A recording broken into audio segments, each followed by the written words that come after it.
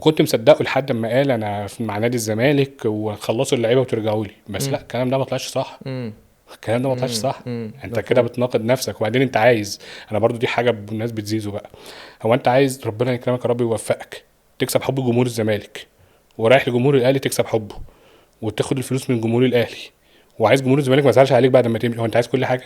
يعني مش لا فاهم. مفيش حد بيقدر يعمل انت كل ما هو واحد. عمل كده عشان كده، يعني هو زيزو عمل ايه؟ انا مع نادي الزمالك وبحب نادي الزمالك طب ما ولسه. يمكن هو كان في الاول فعلا مع نادي الزمالك ومستني نادي وايه الزمالك اللي حصل؟ لحد اما لقى ان نادي الزمالك نفسه هو ما. نادي الزمالك معلش النهارده مش مجلس اداره 4 اشخاص ولا 5 اشخاص ولا 10 اشخاص، نادي الزمالك ده كيان كبير قوي طبعا. بالملايين. لا انا الملايين دول بتكلم على ذنبهم على ايه؟ حد على حد وصف مثلا المقربين من زيزو ان المفاوضات بيبقوا متفقين على حاجات وفجأة بتتغير. يعني طبيعي.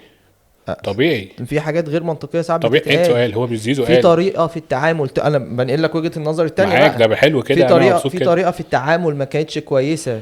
في اهانات بشكل او باخر على حلو. السوشيال ميديا من حلو. بعض المسؤولين سابقين. ما كل الحاجات دي ممكن تكون عملت تراكمات عند زيزو خلته خد قرار مختلف عن اللي كان بيعلن عنه قبل كده. تمام. ده ممكن ما يكونش عذر للاعب في الحتة دي في اسلوب التعامل بس. واحد بعقليه زيزو ان هو ان احنا بنسمعها عنه لان ما اتعاملتش معاه بشكل شخصي، ان هو عليه احترافيه امم وراجل ملتزم جدا، صح؟ اه انت ما عندك من الشجاعه ومن الشخصيه ان تطلع تقول انا حصل معايا 1 2 3، كنت تطلع قول في سعادتك.